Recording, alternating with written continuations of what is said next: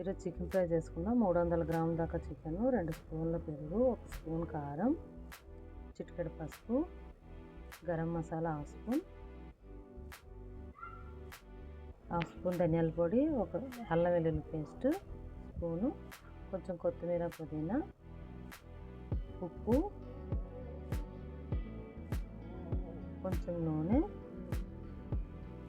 బాగా కలుపుకొని ఒక చెక్క నిమ్మకాయ రసం తీసుకొని పిండుకొని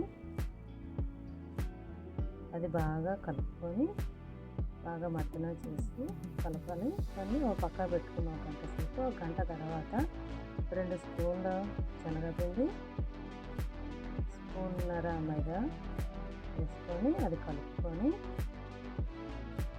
కళాయి పెట్టి అందులో నూనె పోసుకొని వేపుకోవడానికి సరిపడగా అంతా నూనె వేసుకోవాలి. ఆ నూనె వేగాక ఈ చికెన్ పీసెస్ని ఒక్కటిగా వేసుకోవాలి. దాన్ని బాగా ఒక 5 నిమిషాలు అయిన తర్వాత తిప్పుకోవాలి.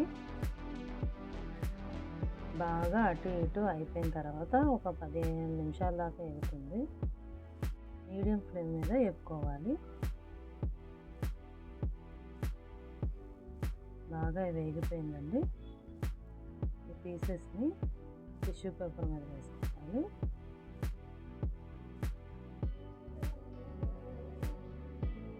చికెన్ పకోడీ అనుకోవచ్చు, చికెన్ ఫ్రై అనుకోవచ్చు, చాలా బాగుంటుంది.